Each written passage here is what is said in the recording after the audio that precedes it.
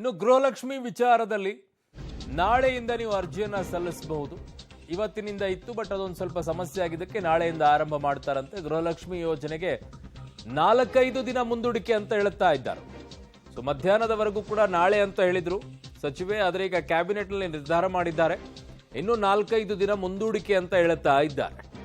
ನಾಳೆ ಚಾಲನೆಗೊಳ್ಳಬೇಕಾಗಿತ್ತು ಗೃಹಲಕ್ಷ್ಮಿ ಯೋಜನೆಗೆ, ಇವತ್ತಾಗಬೇಕಾಗಿತ್ತು, ಅದು ನಾಳೆ ಆಯಿತು.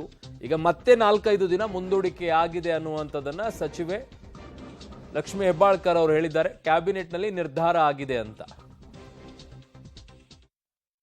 ನಮ್ಮ ಇಲಾಖೆಯ ಮತ್ತು ಕರ್ನಾಟಕ ರಾಜ್ಯ ಸರ್ಕಾರದ ಅತ್ಯಂತ ಮಹತ್ವಾಕಾಂಕ್ಷೆಯ ಯೋಜನೆ ಗೃಹಲಕ್ಷ್ಮಿ ಯೋಜನೆ.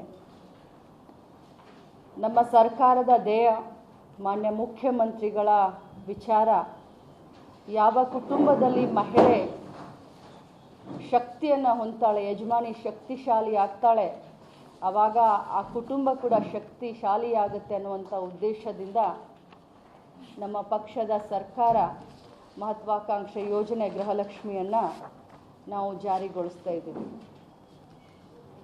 BPL card holders, APL card holders, Antyodaya card ಹೋಲ್ಡರ್ಸ್ನ ಮುಖ್ಯಸ್ಥೆಯಾದಂಥವ್ರಿಗೆ ಈ ಒಂದು ಯೋಜನೆಯ ಲಾಭ ಸಿಗಲಿದೆ.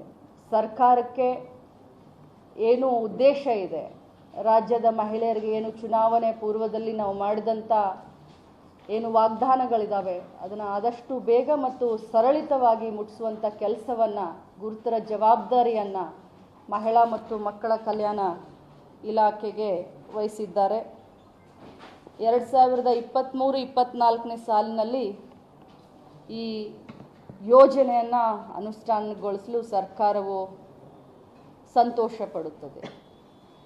ಯೋಜನೆ ಅನುಷ್ಠಾನಕ್ಕೆ ಸಂಬಂಧಿಸಿದಂತೆ ಪ್ರಮುಖ ಅಂಶಗಳು: ಅರ್ಜಿದಾರರು, ನಾವು ಅರ್ಜಿಯನ್ನು ಇವತ್ತಿನಿಂದ ಆನ್ಲೈನ್ ಮೂಲಕ ಪಡಿಬಹುದು ಅಂತ ನಾವು ಹೇಳಿದ್ವಿ, ಜಿಯೋನಲ್ಲಿ ಹೇಳಿದ್ವಿ. ಆದರೆ ಕೆಲವೊಂದು ಕಾರಣಗಳಿಂದ ಅರ್ಜಿಯನ್ನು 16ನೇ ತಾರೀಕು ಅಂದರೆ ನಾಳೆ ಅರ್ಜಿಯನ್ನು ಅವರು ಸಲ್ಲಿಸಬಹುದಾಗಿದೆ. ಅರ್ಜಿಗಳನ್ನು ಆನ್ಲೈನ್ ಮೂಲಕ ಲಾಂಚಿಂಗ್ ಡೇಟ್ ಏನಿತ್ತು ನಾಳೆ 1 ಗಂಟೆಗೆ ಮಾನ್ಯ ಮುಖ್ಯಮಂತ್ರಿಗಳು ಮತ್ತು ಮಾನ್ಯ ಉಪಮುಖ್ಯಮಂತ್ರಿಗಳ ಒಂದು ಹಸ್ತದಿಂದ ಏನು ಲಾಂಚಿಂಗ್ ಫಾರ್ಮ್ನ ಅಪ್ಲಿಕೇಶನ್ ಫಾರ್ಮ್ನ ಲಾಂಚಿಂಗ್ ಟೈಮ್ ಇತ್ತು, ಅದು ಇನ್ನೂ 4-5 ದಿನ ವಿಳಂಬ ಆಗುವ ಸಾಧ್ಯತೆ ಇದೆ.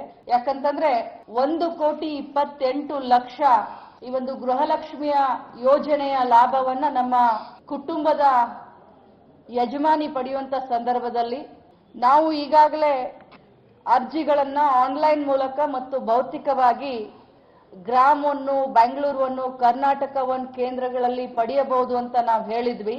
ಆದರೆ ಕ್ಯಾಬಿನೆಟ್ನಲ್ಲಿ ಚರ್ಚೆ ವೇಳೆ ಬಹಳಷ್ಟು ರಶ್ ಆಗುತ್ತೆ, ಜನಸಾಮಾನ್ಯರಿಗೆ ಬಹಳಷ್ಟು ತೊಂದರೆ ಆಗುತ್ತೆ. ಆದ ಕಾರಣ ಅಧಿಕಾರಿ ನನ್ನ ಸಹೋದ್ಯೋಗಿ ಪೊಲಿಟಿಕಲ್ ಬ್ಯೂರೋಯಿಂದ ಸುಖೇಶ್ ನನ್ನೊಂದಿಗೆ ಈಗ ನೇರ ಸಂಪರ್ಕಕ್ಕೆ ಸಿಗ್ತಾ ಇದ್ದಾರೆ. ಸುಖೇಶ್, ಯಾಕೆ ನಾಳೆ ಲಾಂಚ್ ಆಗಬೇಕಾಗಿದ್ದು 4-5 ದಿನಕ್ಕೆ ಮುಂದೂಡಿಕೆ ಆಗ್ತಾ ಇದೆ, ಏನು ಕಾರಣ ಸುಖೇಶ್? ಅರುಣ್, ಪ್ರಮುಖವಾಗಿ ಅರ್ಜಿಯನ್ನು ಭರ್ತಿ ಮಾಡಲಿಕ್ಕೆ, ಅಂದರೆ ಮಹಿಳೆಯರು ತಾವು ಯಾರು ಫಲಾನುಭವಿಗಳಿದ್ದಾರೆ ಅಥವಾ ಅರ್ಹರಿದ್ದಾರೆ, ತಮ್ಮ ಅರ್ಹತೆ ಇದೆ ಅನ್ನುವಂಥ ಅರ್ಜಿಯನ್ನು ತುಂಬಿಕೊಡಲಿಕ್ಕೆ ಒಂದಷ್ಟು ಫಾರ್ಮುಲಾಗಳನ್ನ ಇಟ್ಕೊಂಡಿದ್ದಾರೆ ಅನ್ನುವಂಥದ್ದು. ಹಾಗಾಗಿ ಆ ಫಾರ್ಮುಲಾದಲ್ಲಿ ಒಂದು ವಿಶೇಷವಾದ ಆ್ಯಪನ್ನು ಕೂಡ ಮಾಡಬೇಕು ಅನ್ನುವಂಥದ್ದು. ಕ್ಯೂನಿಸ್ಕರು ಆ್ಯಪನ್ನು ಮಾಡಿಕೊಡ್ತೀವಿ 2 ಡೇಸಲ್ಲಿ ಅನ್ನುವಂಥ ಮಾತನ್ನು ಹೇಳಿದ್ರಂತೆ. ಆದರೆ ಅದು ಸ್ವಲ್ಪ ತಡವಾಗುತ್ತೆ. ಎಲ್ಲ ವಿವರಗಳನ್ನು ತುಂಬುವಂಥದ್ದು ಅಥವಾ ಅಪ್ಲೋಡ್ ಮಾಡುವಂಥದ್ದು ಅಥವಾ ಅರ್ಜಿಗಳನ್ನು ಸ್ವೀಕರಿಸಿ ಅದನ್ನ ಒಂದು ಡಾಕ್ಯುಮೆಂಟೇಷನ್ ಮಾಡಿಕೊಳ್ಳುವಂಥದ್ದು, ಡೇಟಾ ಕಲೆಕ್ಷನ್ ಮಾಡುವಂಥದ್ದು, ಇದೆಲ್ಲವೂ ಕೂಡ ಸಮಯವಾಗುತ್ತೆ ಅನ್ನುವಂಥ ಕಾರಣಕ್ಕಾಗಿ ಇನ್ನೂ 4-5 ದಿನಗಳ ಕಾಲ ಇದನ್ನು ಮುಂದೂಡಿಕೆ ಮಾಡ್ತೀವಿ ಅನ್ನುವಂಥದ್ದು. ಹಾಗಾಗಿ ಒಂದು ಸಿಸ್ಟಮ್ ನೀಟಾಗಿ ಇರಬೇಕು ಅನ್ನುವಂಥ ಕಾರಣಕ್ಕಾಗಿ, ಹಾಗಾಗಿ ಜನಸ್ನೇಹಿ ಕೇಂದ್ರಗಳಲ್ಲೂ ಕೂಡ ಎಲ್ಲೆಲ್ಲಿ ಅರ್ಜಿಗಳನ್ನ ಹೆಚ್ಚುವರಿಯಾಗಿ ತೆಗೆದುಕೊಳ್ಳಲಿಕ್ಕೆ ಅವಕಾಶ ಸಿಗುತ್ತೆ ಅವೆಲ್ಲವನ್ನು ಕೂಡ ಸಿದ್ಧಪಡಿಸ್ಕೊಳ್ಳಿಕ್ಕೆ ಸಮಯ ಆಗುತ್ತೆ ಅನ್ನುವಂಥದ್ದು. ಹಾಗಾಗಿ ನಾಳೆ ಮಧ್ಯಾಹ್ನ ಚಾಲನೆ ಕೊಡಬೇಕಾಗಿದ್ದಂತಹ ಒಂದು ಮಹಿಳೆಯರಿಗೆ ಶಕ್ತಿ ತುಂಬುವಂತಹ ಯೋಜನೆ ಏನಿತ್ತು ಅದು ಇನ್ನೂ 5 ದಿನಗಳ ಒಂದು ಮುಂದೂಡಿಕೆ ಆಗುತ್ತೆ ಅನ್ನುವಂಥದ್ದನ್ನ ಕೂಡ ಈಗ ಅಧಿಕೃತವಾಗಿ ಪ್ರಕಟಣೆ ಕೂಡ ಮಾಡಲಾಗಿದೆ. ಅರುಣ್.